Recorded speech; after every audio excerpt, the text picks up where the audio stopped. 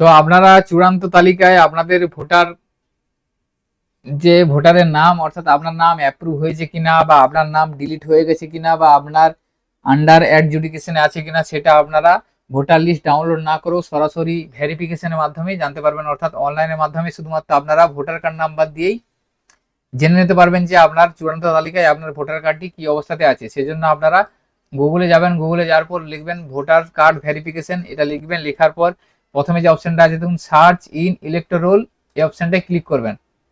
এখানে ক্লিক করার পর দেখুন এখানে সার্চের যে অপশনটা আসবে, সার্চ অপশন আসার পর এখান থেকে আপনারা সিলেক্ট ল্যাঙ্গুয়েজ হিসেবে আপনারা যে কোনো ল্যাঙ্গুয়েজ বা যে কোনো ভাষাটা আপনারা সিলেক্ট করবেন। সিলেক্ট করার পর দেখুন এখানে এপিক নাম্বার, এখানে আপনি আপনার ভোটার কার্ড নাম্বারটা লিখবেন। লেখার পর এখান থেকে আপনার স্টেট সিলেক্ট করবেন। স্টেট সিলেক্ট করার পর যে ক্যাপচার আছে ক্যাপচারটা লিখবেন। লেখার পর সার্চ অপশনে ক্লিক করবেন। তো আমি আপনাদের সরাসরি দেখাচ্ছি, দেখুন একটা এপিক নাম্বার আমি লিখলাম, ভোটার কার্ড নাম্বার লিখে লেখার পর সার্চ অপশনে ক্লিক করছি। ক্লিক করার পর দেখুন এখানে ওই ভোটারের ডিটেলসটা এখানে শো করে যাচ্ছে।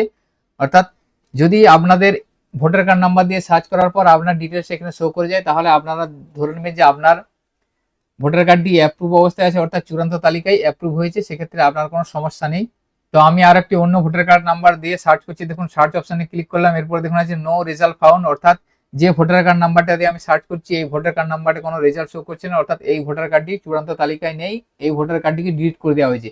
যদি আপনাদের ভোটার কার্ড নাম্বার দিয়ে সার্চ করার পর নো রেজাল্ট ফাউন্ড এসে থাকে, তাহলে আপনারা জেনে রাখবেন যে আপনাদের চূড়ান্ত তালিকা থেকে ডিলিট করে দেওয়া হয়েছে, অর্থাৎ এই ভোটারের নাম নেই। সেক্ষেত্রে এই ভোটারকে পুনরায় আবার অ্যাপিল করতে হবে অথবা ফর্ম 6 আবেদন করতে হবে।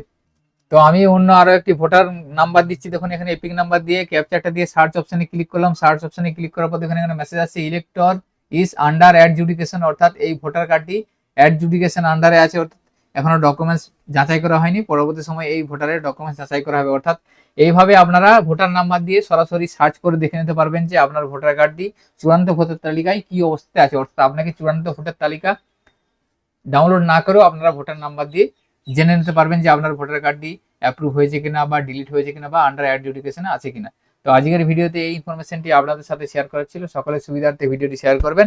ভিডিওটি যদি ভালো লেগে থাকে লাইক করবেন, এবং আমাদের চ্যানেলে যদি আপনারা নতুন হয়ে থাকেন চ্যানেলটিকে সাবস্ক্রাইব করে রাখবেন। সকলে ভালো থাকবেন, সুস্থ থাকবেন, ধন্যবাদ।